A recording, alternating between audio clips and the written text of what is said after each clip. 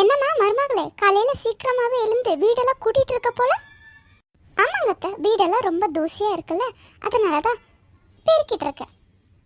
நாங்கெல்லாம் அந்த காலத்திலே 4 மணிக்கெல்லாம் எழுந்து வீடெல்லாம் பெருக்கி வாசலெல்லாம் தெளிச்சு கோலம் போட்டு அதுல கொஞ்சமா சாணியை வச்சு அந்த பூசணிக்காய் பூவை வச்சாதான் எங்க வீட்டுக்கு லக்ஷ்மி வரும்னு எங்க அத்தை சொல்லிட்டு இருப்பாங்க.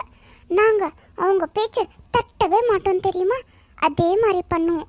அதனால தான் இன்னைக்கு இந்த வீடு இவ்வளோ பிரகாசமா ஜொலிக்குது. நீ 6 மணிக்கு எழுமா, எனக்கு ஒன்றும் பிரச்சனை கிடையாது. சும்மா சொன்னேன், நாங்கள்லாம் அந்த மாதிரி பண்ணிட்டு இருந்தோம்னு. ஒன்றும் குத்தம் சொல்லலை, சரியா? என்ன சாந்தி, பிரேக்ஃபாஸ்ட் எல்லாம் முடிச்சிட்டியா? பொரியல் சட்னி எல்லாமே பண்ணி வச்சுட்டாங்க, சப்பாத்தி மட்டும் போடணும். காலையில் சீக்கிரமாக எழுந்தா பிரேக்ஃபாஸ்ட் எல்லாம் சீக்கிரமாக முடிக்க முடியும். லேட்டாக எழுந்தா எங்கே பிரேக்ஃபாஸ்ட் முடியும்? இப்படி தான் ஆம்பளைங்க பசியோட ஆஃபீஸ்க்கு போக வேண்டியதாக இருக்கும். அப்போல்லாம் தோட்டத்து வேலைக்கு எல்லா வேலைக்காரங்களுக்கும் 6 மணிக்குள்ள லஞ்சு பிரேக்ஃபாஸ்ட்டு அப்படின்னு எல்லாமே செஞ்சு எடுத்துகிட்டு போக வேண்டியதாக இருந்துச்சு. இப்போல்லாம் இருக்கிற பொம்பளைங்களுக்கு அதெல்லாம் பண்ண முடியாது. உங்களால் கரெக்டாக புருஷனுக்கு பிரேக்ஃபாஸ்ட்டே பண்ணி தர முடியல, இதில் எங்கே லஞ்ச் வேற ஒரே டைமில் செய்ய முடியும்? சரிம்மா, சீக்கிரமாக போய் சப்பாத்தி போடு, என் பையன் பசியில் இருக்கான். என்னையா உங்கள் அம்மா என்னை ஜாட மாடியா திட்டிட்டு போகிறாங்க? கொஞ்சம் கூட சூடு சொன்னே இல்லாமல் மலை மாதிரி நின்றுட்டு இருக்க. உன்னை தானடி திட்டினாங்க, எனக்கு எதுக்கடி சூடு சொரணை வரும்? போய் சீக்கிரமாக சப்பாத்தி போடு, உன் பஞ்சாயத்தை சாயங்காலமாக வச்சுக்கலாம். எனக்கு ரொம்பவே பசிக்குது. என்னங்க, சீக்கிரமாக உங்கள் மம்மி கிட்ட சொல்லிட்டு வாங்க. நீ தானே இந்த வீட்டு மருமக, நீ சொன்னாதான் கரெக்டாக இருக்கும். நான் எங்கள் அம்மாவை கூப்பிட்றேன், நீ சொல்லிட்டு வா. நான் வெளியில் பைக்கில் வெயிட் பண்ணிட்டு இருக்கேன், சரியா? இவன் எப்போ பார்த்தாலும் இவங்க அம்மா கிட்ட என்னையே கோத்து விட பார்க்குறான். அத்தை அத்தை, இங்கே கொஞ்சம் வரீங்களா? சொல்லுமா, என்ன விஷயம்? எங்கேயோ கிளம்பிட்ட போல? ஆமாங்க அத்தை, உங்கள் பையன்தான் முந்தா நேற்று மூவிக்கு புக் பண்ணியிருந்தாரு, அதான் கிளம்பிட்டேன். போயிட்டு வரட்டுமா அத்தை? அது சரிம்மா, என்ன ட்ரெஸ் போட்டிருக்க நீ? ஷால் எங்க? முடிய பின்னலை, நெத்தியில் பொட்டை காணும், கையில் வளையலை காணும், கழுத்தில் தாலியாவது வச்சிருக்க. இதை இல்லை, அதையும் ரூமில் மாட்டிட்டு வந்துட்டியாமா? ஹீல்ஸ் வேற போட்டிருக்க, அதை போட்டு எங்கேயோ தடுக்கி விழுந்துட்டா அப்புறம் வீட்டில் யாருமா வேலையெல்லாம் பார்ப்பாங்க? அத்தை மூவிக்கு இப்படி தான் அத்தை போவாங்க, புடவையா கட்டிட்டு போவாங்க. அதெல்லாம் எனக்கு தெரியாதுமா. உங்கள் மாமா இதெல்லாம் பார்த்தா ரொம்ப தப்பாயிடும், பார்த்துக்கோ. அவர் என்ன தான் திட்டுவார். என்ன திட்டுறது பரவாயில்லண்ணா, நீ கிளம்புமா. எனக்கு ஒன்றும் கிடையாது, உனக்காக நான் திட்டு வாங்கிக்கிறேன். குடும்ப பொண்ணுக்கு லட்சணம் எப்போவுமே சுடிதாரும் புடவைதாம்மா. சுடிதார் போட்டால் ஷால் போடணும், தெரியுமா? இந்த மாதிரி ட்ரெஸ் கூட நீ போட்டுக்கலாம். ஷால் போட்டுட்டு ஒழுங்க தலையை பின்னிட்டு நீ பொட்டு வச்சுட்டு போனா நான் இதுக்கு என்ன கேட்க போகிறேன்? அத்தை, இந்த மாதிரி ட்ரெஸ்க்கெல்லாம் யாருமே ஷால் போட மாட்டாங்க. யார் எப்படி போனா நமக்கு என்னம்மா? நீ ஏன் இவ்வளோ வாய் பேசுகிற? எதிர்த்து பேசுகிற? பெரியவங்க ஒன்று சொன்னால் அதில் 1000 அர்த்தம் இருக்குன்னு உனக்கு தெரியாதா? ஏதோ சொன்னால் கேளுமா. எதிர்த்து பேசாத. என்ன நீ இப்படி பேசுகிற? நான் ஒன்றும் தப்பாக நினச்சிக்க மாட்டேன். இதுவே உங்கள் மாமா முன்னாடி பேசினா அவர் கோச்சிப்பார், பார்த்துக்கோ. நான் சொல்லிட்டேன். நம்ம குடும்ப மானமே நீ போடுற ட்ரெஸ்ஸில் தாம்மா இருக்கு, அதை முதல்ல புரிஞ்சுக்கோ. அப்படியாத்த சொல்கிறீங்க? ஆமாம்மா, நீ மட்டும் சுடிதார் போட்டு ஒரு ஷால் போட்டுட்டு வாப்போ. நம்மளை யார் கேட்க? யாருக்கு ரைட்ஸ் இருக்கு? எல்லாருமே உன்னை இன்னும் ஒரு குடும்ப குத்து விளக்குன்னு நினச்சிப்பாங்க. நீ அந்த பேரை தானே வாங்கணும். இன்னும் மாடி நீ சொல்லிட்டு வரல? என் பையனுக்கும் இந்த மாதிரி ட்ரெஸ் எல்லாம் பிடிக்காது. ஏதோ உனக்காக ஒத்துட்டு இருப்பான். அவன் மனசும் கஷ்டப்படக்கூடாதுல்ல. நீ போய் போட்டுட்டு வந்துட்டு போமா. சரிங்க அத்தை. என்னம்மா, இந்த ட்ரெஸ்க்கு என்ன இருக்கு? ஃபேஷனபுளாக நல்லா தானே இருக்கா? அவன் கூறு கேட்டவன், அவன் அப்படி தான் சொல்லுவான். நீ போய் மாற்றிட்டு வாமா, அவனுக்கு நான் சொல்லி புரிய வைக்கிறேன். அட நான் பெத்த மகராசா, கொஞ்சமாவது அறிவு இருக்காடோ உனக்கு? பொண்டாட்டி எப்படியா வெளியில் கூட்டிகிட்டு போவாங்க? யாராவது குடும்ப பொண்ணுன்னு சொல்லுவாங்களா இந்த மாதிரி எல்லாம் ட்ரெஸ் பண்ணிட்டு போனா? கொஞ்சமாவது அறிவு இருக்கா இல்லையா உனக்கு? நீ தான் உன் பொண்டாட்டியை கட்டுக்குள்ள வச்சுக்கணும். சரிம்மா, இனிமே நான் சொல்கிறேன், விடுங்க. என்னம்மா, பாத்திரம்லாம் கழுவிட்டு இருக்க போல? ஆமாங்க அத்தை, நிறைய பாத்திரம் விழுந்துட்டு இருக்கு, அதான் கழுவி வச்சிடலான்னு கழுவிட்டு இருக்கேன். சோப் கொஞ்சமாக யூஸ் பண்ணிக்கோமா. நான் ஏன் சொல்கிறேன்னா கஞ்சத்தனத்துக்காக சொல்லலை. முந்தா நேற்று உங்கள் மாமனாருக்கு தட்டில் சாப்பாடு போகும்போது அவ்வளோ சோப் அங்கங்கே அப்படியே இருந்துச்சு. நீ ஒழுங்காக கழுவியும் இருக்கல. அதனால தான் சொல்கிறேன், என்ன திட்டினா பரவாயில்ல, நானே கழுவுனேன்னு சொல்லி அந்த திட்டை நானே வாங்கிக்கிட்டேன். உன்னை திட்டிடக்கூடாதுல்ல, அந்த நல்ல எண்ணத்தில் தான் சொல்கிறேன். என்னம்மா சொல்கிற? ரொம்ப நல்ல எண்ணம் அத்தை உங்களுக்கு. இனிமேல் நான் கொஞ்சமாக யூஸ் பண்ணிக்கிறேன். ஏன் சாந்தி, சாந்தி என்ன பண்ணிட்டு இருக்க? உனக்கு எதுவும்மா கவலை, நானே பாத்திரம் கழுவிக்கிறேன். நவரு நவரு. அடியே சாந்தி, நான் அவ்வளோ கத்திட்டு இருக்கேன், இங்கே சும்மா நின்றுட்டு என்ன பண்ணிட்டு இருக்க? எவ்வளோ தேய்ச்சாலும் இந்த எண்ணெய் பீசுக்க மட்டும் போகவே மாட்டேங்குது. கையெல்லாம் வலியே வந்துடுச்சு. நீங்கள் ஏன் எவ்வளோ கஷ்டப்பட்டு பாத்திரம்லாம் தேய்ச்சிட்டு இருக்கீங்க? அதான் சாந்தி இருக்கால, அவள் தேய்ச்சி போடுவா, நீங்கள் உட்காந்து ரெஸ்ட் எடுங்க. ஆமாப்பா, இவ்வளோ நாள் உன் பொண்டாட்டி தான் எல்லாமே செஞ்சிட்டு இருந்தா. நான் சும்மாவே இருந்தேன் பாரு. செஞ்ச கைங்க சும்மா இருக்க மாட்டேங்குதே, நான் என்ன பண்ணட்டும்? வேலை செஞ்சுட்டே இருக்கணும்னு என் கை பதறுது. சரி, நீங்கள் கொஞ்சம் பேசிட்டு இருங்க, எனக்கு ஹாலில் கொஞ்சம் வேலை இருக்க வரேன். யோ, இவ்வளோ நேரம் பாத்திரம் கழுவுனதுன்னா உங்கள் அம்மா கழுவுன மாதிரி சீனை போட்டுட்டு போகிறாங்க. என்னையா இதெல்லாம்? அவங்க வயசானவங்க, அவங்க கையில் நீ பாத்திரம் கழுவ வச்சிருக்க. இவ்வளோ நேரம் நான் சொன்னது உன் மண்டைக்குள்ளே ஏறலையா? நான் தானடா இவ்வளோ நேரம் கழுவிட்டு இருந்தேன். உனக்கு கண்ணு தெரியுதா இல்லையா? தேய்ச்ச என் கையை பாரு, அப்போ அது புரியும்.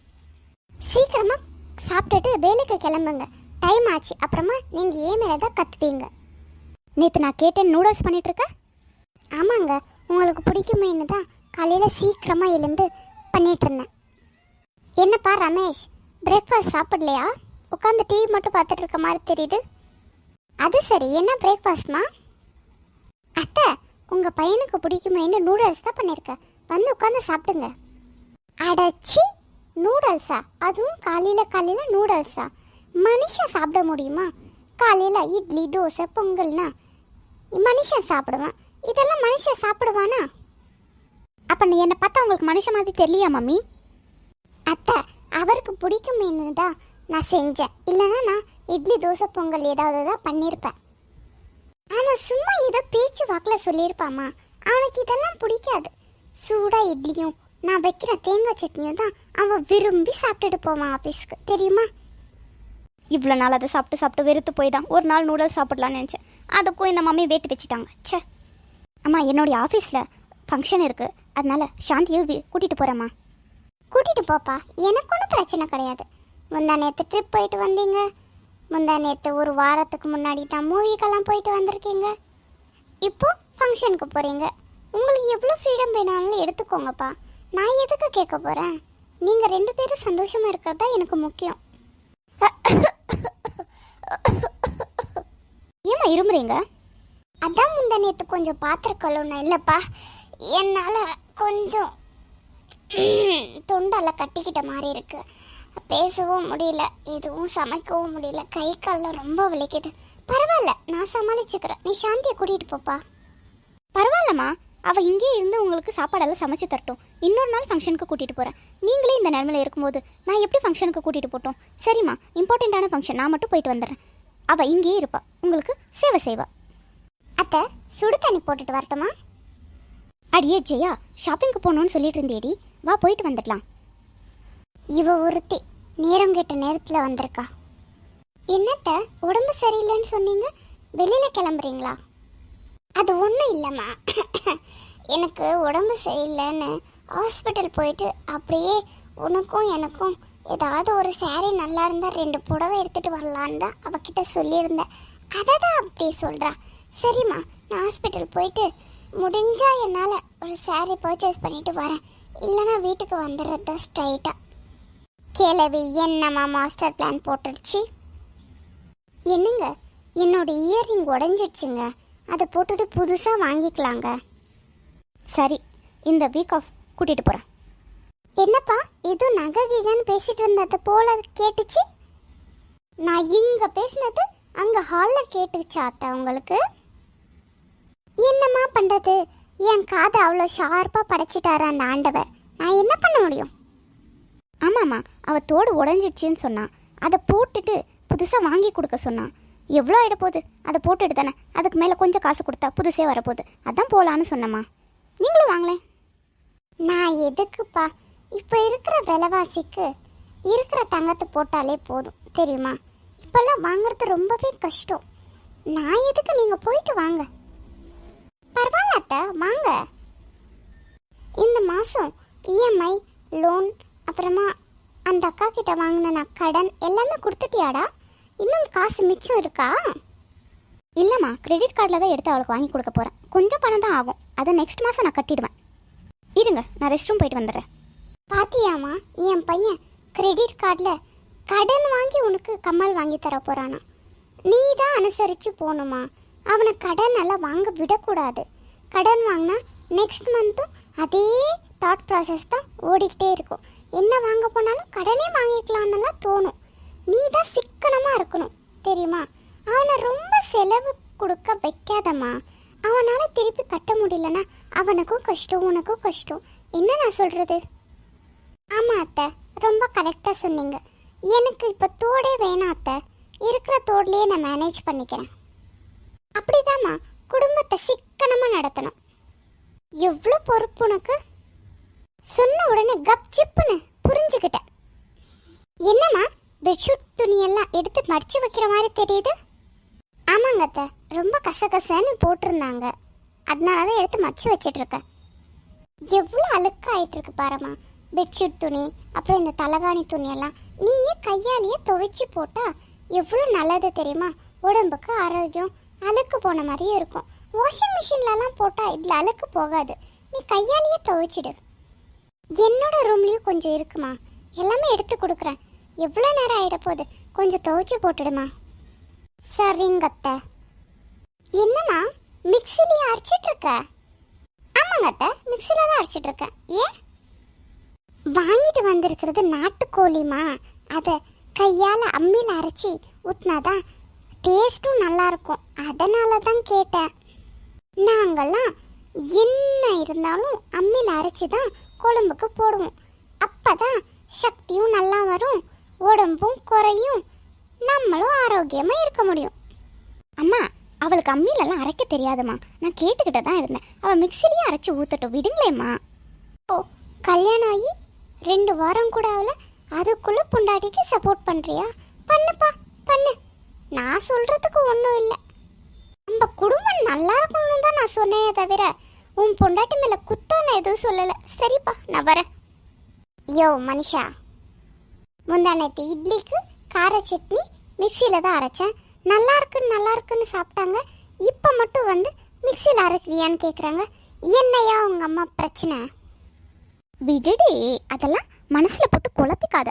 அவங்கள பற்றி உனக்கு தெரியாதா? என்னம்மா, வீடெல்லாம் மாப் போடுற போல?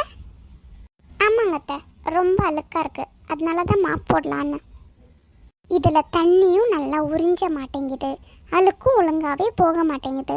கையாலேயே துடைச்சா நல்லா இருக்கும்மா, அப்போ தான் அழுக்கெல்லாம் போய் வீடெல்லாம் கண்ணாடி மாதிரி மினுமினுக்காக இருக்கும். உனக்கு எது கஷ்டம், விடுமா. நான் நீ துடைச்சதுக்கப்புறம் கையாலேயே துடைச்சிக்கிறேன், சரியா? இப்படி கையால் அழுத்தி துடைச்சாதான் வீடெல்லாம் சுத்தமாக ஆகுது. தரம்லாம் எப்படி மினுக்குது பாரு. அவள் தான் மாப் போட்டா இல்லைம்மா, அப்புறம் எதுக்கு கையால் துடைச்சிட்டு இருக்கீங்க? உன் பொண்டாட்டி மாப் போட்டாதான்ப்பா, ஆனாலும் எவ்வளோ அழுக்கு வந்திருக்கு பாரு. எப்படி என்னால் பார்த்துட்டு சும்மா இருக்க முடியும்? என் கை சும்மாவே இருக்காது, அழுக்க பார்த்தா உடனே சுத்தம் பண்ணிடணும்னு என் கை துடிக்கும். இனிமேல் எல்லா வேலையும் உங்கள் மம்மியை பார்த்துக்கிட்டோம். நான் என்ன பண்ணாலும் ஏதோ ஒரு குறை சொல்லிகிட்டே தான் இருக்காங்க. அவங்களே சுத்தமாக என்ன வேணுமோ எல்லாமே பண்ணிக்கிட்டோம். நான் எங்கள் அம்மா வீட்டுக்கு போய் 1 வாரம் இருந்துட்டு அப்புறமா வேணும்னா வர, இல்லை நான் அங்கேயே இருக்கேன், நான் வரேன். இதுக்கெல்லாம் கோச்சிக்கலாமா? சொல்லு, எப்பயும் போல பெரியவங்க இதெல்லாம் மனசில் வச்சுக்காத, அவங்க அப்படி தான் பேசுவாங்க, அப்படி தானே? போடா நீயும் முட்டாள் டைலாகும். ஆமாடி மருமகளே, கல்லேருந்து தலை குளிச்சிருக்கியாம்மா? ஏன் அத்தை, இன்னைக்கு என்ன? இன்னைக்கு தலைக்கு குளிச்சு புடவை கட்டிக்கிட்டு மனசார பூஜை பண்ணி, ஏன் தாலி 100 ஆயுசு வரைக்கும் என் கழுத்துலேயே இருக்கணும்னு வேண்டிக்கிட்டா உன் புருஷனுக்கு ஆயுசு அதிகம்மா, அதனால தான் கேட்டேன். நீ போய் தலை குளிச்சுட்டு ஒரு புடவை ஒன்று கட்டிட்டு வந்துடு. இன்னைக்கு ஃபுல்லாக விரதம், எதுவுமே பச்சை தண்ணி கூட படக்கூடாது வாயில். உன் புருஷனுக்காக நீ தவமாக இருந்து இந்த விரதத்தை பண்ணி முடிச்சா உன் ஆயுசும் நல்லாயிருக்கும், உன் புருஷனோட ஆயுசும் நல்லாயிருக்கும். என்னம்மா சொல்கிற?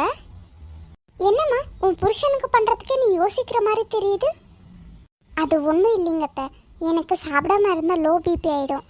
தலை சுற்றி மயங்கி விழுந்துட்டா அப்புறமா வீட்டில் யார் வேலை பண்ணுவா, குழந்தைய யார் பார்த்துப்பா, அப்புறம் நைட் யார் சமைப்பா, இதெல்லாம் தான் யோசிச்சுட்டு இருந்தேன். உங்களுக்கு வேறு சுகர் இருக்குது, டைமுக்கும் கரெக்டாக மாத்திரை கொடுத்து சாப்பாடு வேறு போடணும், இல்லைன்னா உங்களுக்கும் மயக்கம் வந்துடும். இதெல்லாம் யோசித்து பார்த்து தான் நான் பேசிகிட்டு இருக்காத்த. ஆமாம் இல்லை, அப்படி ஒன்று இருக்குது. சரி விடுமா, நம்ம மனசார சாமி கும்பிட்டாலே போதும். எதுக்கு இந்த விரதம் எல்லாம்? நீ போய் கிச்சனில் வேலையை பாருமா. குட் அத்தை, நான் வரேன்.